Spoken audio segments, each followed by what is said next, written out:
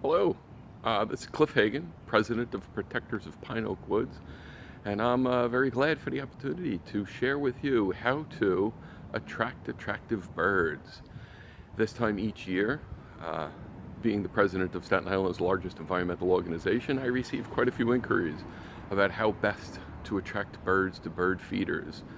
So many friends and colleagues at work come in very excited about setting up their first bird feeder.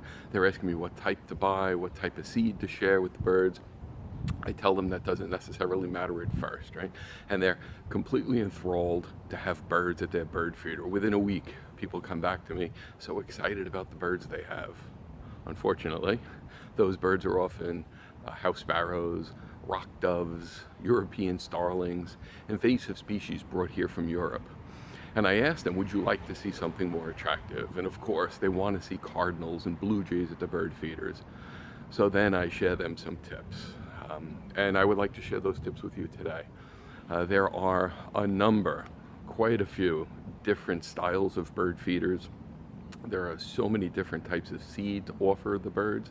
And so depending on the birds you want to attract, there's different seeds and different bird feeders to share. I have a few set up here in my yard. This is what I use in my own personal backyard. And I want to share with you some of those feeders. We'll walk here first. We have first this here. This is a basket. Right, in this basket, I could open this up. In this basket is black oil sunflower seed. And this black oil sunflower seed, give me a moment to open this up. This black oil sunflower seed is very similar to the seed we purchase and eat ourselves. Right? It's shells, and inside the shell is a bit of a nut.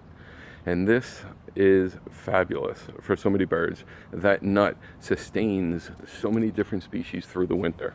Right? In the cold, people want to know how the birds manage to get through the winters here. It's with bird feeders like this, and the fat contained in the nut inside that shell. The black oil sunflower seed in particular will attract, not limited to, chickadees, tufted titmice, woodpeckers, finches, couchfinch, goldfinch, all sorts of different birds will come. The nuthatches, and they just love this. And they'll glom it up. They'll eat all they can. So this is certainly something you would want to have in your yard if you wish to attract attractive birds. The cardinals will eat this. The juncos, the blue jays will be in. I hear a blue jay in the distance. The blue jays will eat this. But also, the house sparrows will eat this. The starlings will eat this. Right? So no matter what you put out, you're going to continue to attract those unpleasant, unwanted species of birds. But if you do want to have a cardinal in your yard, it's important to have at least black oil sunflower. We'll talk about some others. I see right behind me, you can see dangling over my head, there is a basket, a cage, and in that cage is suet. It is rendered fat, and inside that rendered fat are different nuts and corn and different seeds. And in particular, it's an unfortunate looking mess, but the birds love this stuff. The woodpeckers come from around. Woodpeckers and chickadees, the nuthatches will come and eat this. The woodpeckers, I even have mockingbird comes in every day to eat off of this. Again, it's the fat that maintains the birds through the winter, as well as the migration. This is now springtime. The spring migration has begun.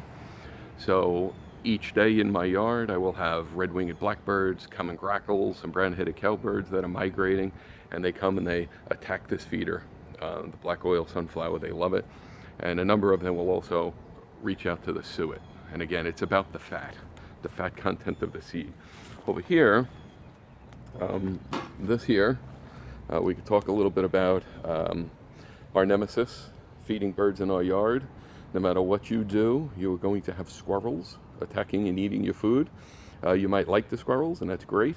If you don't, I prefer not to feed the squirrels in my yard. So we have here what is supposedly a squirrel-proof bird feeder. The squirrels are not to be able to get, you can see how it rocks. The squirrel jumps on it. Some of them will have a door that shuts down. Some of them will spin out of control and throw the squirrel off. The squirrels are always always in your bird seed. And there's a number of different ways to deter them. You see over here, you have a very basic looking bird feeder. See, it has the little pegs, the perches for the birds with the little holes. And in this bird feeder, there is a mix. And this is what I want to show you here. I'm going to get a handful of mix for you in my hand. Let's see if we could get it over. There we go. There's a mix of seed. In this mix, there is black oil sunflower. There is the red orange is a Milo. There's the yellowish beige little round, that's a millet. There's unfortunately a piece of corn. This is a terrific mix. I say unfortunately corn because the only bird that will eat the corn are the pigeons. Avoid corn if you can. I'm just going to broadcast the seed around my yard. The millet, that beige, small beige seed, the millet is fabulous. It's important if you are interested in attracting a number of different sparrows to your yard. Here on Staten Island we have 15 different species of sparrows, and most of those sparrows will come through this yard, my yard, during migration. Field sparrows and song sparrows and swamp sparrows, white-crowned sparrows, white-throated sparrows, dark-eyed juncos, so many different sparrows come because of the seed that I broadcast. And I toss the seed on the floor, and the sparrows will eat off the floor. Sparrows don't necessarily come to feeders. They prefer their food on the floor, so they're rummaging around in leaves, in a leaf pile. I have a number of piles of, you can see this down below me, right? I leave a couple of piles of debris, which also helps to attract birds in the yard. It allows them a safe respite. Also along my fence I have a vine, which in another month will have leafed in, provides a lot of safety for the birds. They're more comfortable knowing that they have a place to hide from the predator hawks and falcons that we have here in Staten Island. And then I have a nice lilac shrub here. Again, protection for the birds. They need to know that they're safe when they approach your feeder.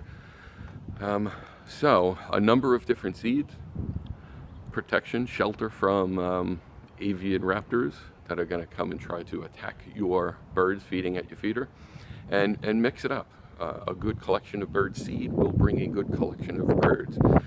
Here in my yard, you might be able to hear the train or the traffic nearby. I'm in downtown Eltingville, 2 blocks away from the strip mall, and already this year I've had over 50 different species of birds attracted to my yard. So it's easy to do, it's certainly fun to do, it's rewarding, and there's always something new to learn. My last thought, I'm sorry, 2 more bird feeders.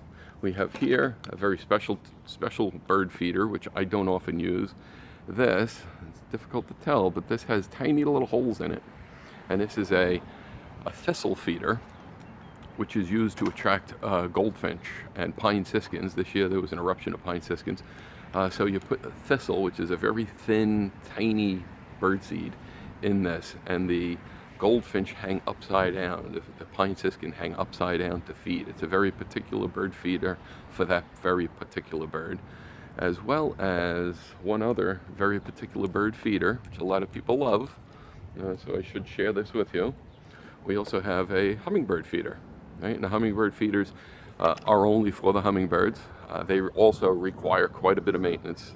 They need to be cleaned out regularly, every 3 or 4 days. You need to clean them thoroughly and add new sugars to them. You would not need to put this out until May. The hummingbirds don't show up till about the first week of May, and they leave here in Staten Island. They migrate back down south sometime in October. So this is not out all year round. It's probably the only bird feeder you need to clean thoroughly, right?